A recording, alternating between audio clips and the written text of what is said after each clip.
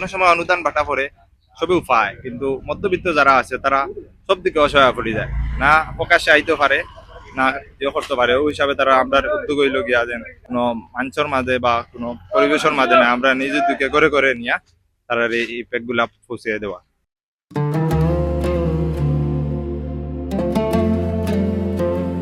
পবিত্র মাহে রমজান উপলক্ষে অসহায় দরিদ্র ও মধ্যবিত্ত পরিবারের মাঝে ফুডপ্যাক বিতরণ করেছে খেদমতে কোরআন সুন্নাহ পরিষদ। আজ 16 রমজান 6 মার্চ 2026 খ্রিস্টাব্দ শুক্রবার জুম্মার নামাজের পর সংগঠনের নিজস্ব কার্যালয়ে এই ফুডপ্যাক বিতরণ কার্যক্রম অনুষ্ঠিত হয়। এ সময় মোট 150 প্যাকেট রমজানি ফুডপ্যাক বিতরণ করা হয়। এর মধ্যে অসহায় ও দরিদ্র পরিবারের জন্য 125 প্যাকেট এবং মধ্যবিত্ত পরিবারের জন্য 25 প্যাকেট বরাদ্দ রাখা হয়। সংগঠনের দায়িত্বশীলরা জানান, প্রতি বছর অসহায় ও দরিদ্র পরিবারগুলো বিভিন্নভাবে সহায়তা পেলেও অনেক মধ্যবিত্ত পরিবার সংকোচের কারণে কোথাও সাহায্য চাইতে পারে না। তাই এই বছর মধ্যবিত্ত পরিবারগুলোকে চিহ্নিত করে গোপনীয়ভাবে তাদের বাড়িতে ফুডপ্যাক পৌঁছে দেওয়ার উদ্যোগ নেওয়া হয়েছে। সহ সেক্রেটারি এমদাদ আহমদের সঞ্চালনায় এবং সংগঠনের সভাপতি মাওলানা আব্দুল বাসিতের সভাপতিত্বে অনুষ্ঠানে অতিথি হিসেবে উপস্থিত ছিলেন 4 নং শেওলা ইউনিয়নের সাবেক মেম্বার আজিজউদ্দিন ও সাবেক মেম্বার আব্দুল বাসিত মারুফ। এছাড়াও উপস্থিত ছিলেন গ্রামের বিশিষ্ট মুরব্বী ইব্রাহিম আলী, হুসেন আহমদ, শামীম আহমদ, আবুল লেইস, তেরাদোল উত্তর জামে মসজিদের মুয়াজ্জিন ফারুক আহমদ এবং পরিষদের সদস্য নাহিদ আহমদ। খেদমত কোরআন সুন্নাহ পরিষদের পক্ষ থেকে যে বিতরণ করা হয়েছে, আশা করি ইনশাআল্লাহ খুব ভালো একটা উদ্যোগ, আগামীতে আরো ইনশাআল্লাহ করা হইব। আমরা প্রবাসী হলে যারা সহযোগিতা অর্থ দিয়া করছেন এবং পরামর্শ দিয়া করছেন, আমি তাদেরকে ধন্যবাদ জানাই।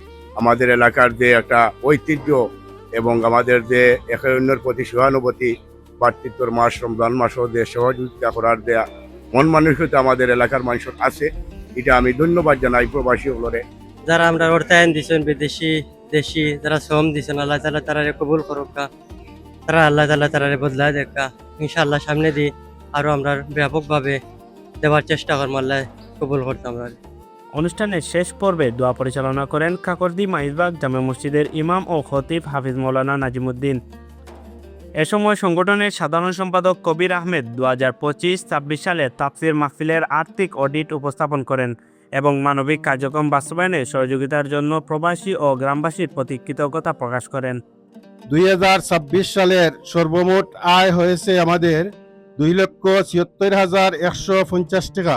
2026 সালে সর্বমোট ব্যয় হয়েছে 2,52,532 টাকা। আমরা এই খেদমতে কোরআন সুন্নাহ পরিষদের প্রতিষ্ঠা লগ্ন থেকে এখন পর্যন্ত 31 বছর হয়ে গেছে। এই 31 বছর থেকে তফসির মাহফিল চলিয়ার এবং বিভিন্ন সমাজসেবক কামও করিয়ার গত 2 বছর থেকে আমরা রমজান শরীফ এই ফুডপ্যাক বিতরণ করার উদ্যোগ নিয়েছি করিয়া যাইয়ার। আমরা আগামীতে আরো উন্নত করার চেষ্টা করব। আপনাদের সহযোগিতা আমাদের দরকার। আল্লাহ পাক রব্বুল আলামিন আমাদের সবাইকে যেন তৌফিক দান করেন। Abdullah Mahfuz, Pulse TV. বিয়ানীবাজার উপজেলার সর্বশেষ খবর জানতে এখনই সাবস্ক্রাইব করুন আমাদের multimedia YouTube channel Pulse TV. Breaking news ও মাঠ পর্যায়ের ভিডিও রিপোর্ট পেতে বেল আইকনটি অন করে রাখুন। লিংক কমেন্টে দেওয়া আছে।